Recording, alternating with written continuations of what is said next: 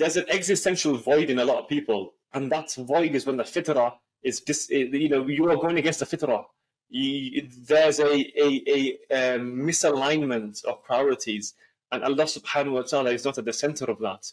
Because once you cultivate gratitude and say, Haza fadl Rabbi, this is a fadl from my Lord. We got the great story which we will recite tomorrow in Surah Qaf, with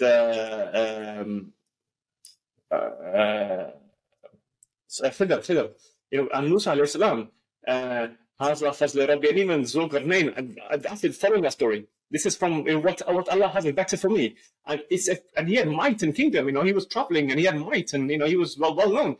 But he acknowledged this is not from him. He can never be self-made. And even Khidr, when he had his small part of ilm al-khayr, it's not this is from Allah subhanahu wa ta'ala. It's not from me.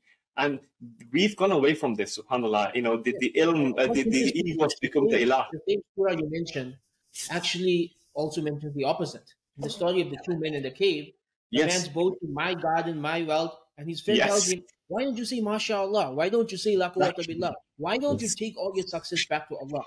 So the surah mentions both sides, the person who's thinking me, and the person who's attributing the good to Allah. It's both found in the same surah.